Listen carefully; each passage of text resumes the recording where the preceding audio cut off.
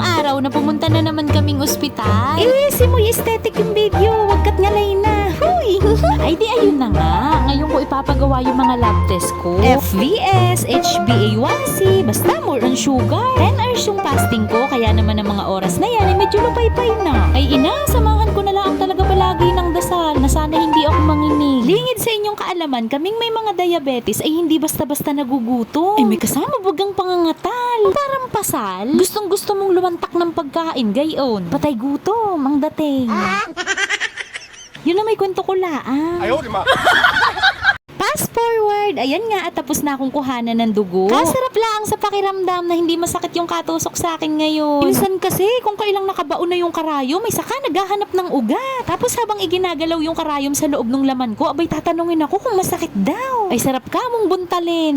So yan, as you can see, pagkatapos kong magturok ay kumain na kami. After noon ay dumiretso kami dito sa Shopwise. Ay gusto ko sana magpaganda. Kaso'y sarado pa. Huy! Reward ko lang sa sarili ko dahil 6 years perfect attendance na ako sa trabaho.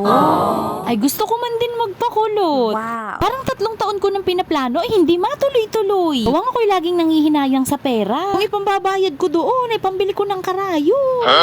Buong buhay ko nga ay 3 beses pa lang akong papasok sa parlor ngayon. Pag mahaba na yung buhok ko ay ako nang gumugupit sa sarili ko. Kaya inang pangit, nakatipid naman.